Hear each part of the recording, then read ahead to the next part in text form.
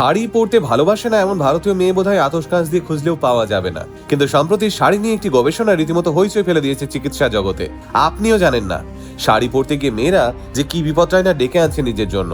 হ্যাঁ, একটা গবেষণায় প্রমাণিত শাড়ি পরার ফলে, বিশেষ করে শাড়ির সঙ্গে পেটিকোট পরার ফলেই নাকি মহিলাদের মধ্যে ক্যান্সারের ঝুঁকি বাড়ছে। একটা সমীক্ষায় দেখা গেছে যেসব ভারতীয় মহিলারা শাড়ি পরার সময় তাদের পেটিকোটটা খুব শক্ত করে কোমরে বাঁধেন বা বাঁধবার নিয়মিত অভ্যেস রয়েছে, তাদের মধ্যে স্কিন ক্যান্সারের ঝুঁকি ক্রমশ বাড়ছে।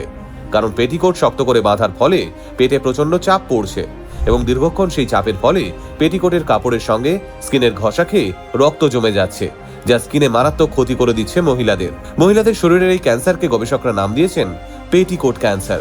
প্রথমে স্কিন অ্যালার্জি, তারপর মার্জোলিন আলসার বা ক্যান্সারে পরিণত হচ্ছে। তাই চিকিৎসকেরা সতর্ক করছেন দীর্ঘক্ষণ মহিলাদের টাইট করে পেটিকোট না পরতে। যদি কোনোভাবে দেখেন আপনার কোমরের চারপাশে ত্বকের রং বদলে কালো হয়ে যাচ্ছে, ত্বক শুষ্ক হয়ে যাচ্ছে, তাহলে দেরি না করে অবিলম্বে চিকিৎসকের সঙ্গে যোগাযোগ করুন।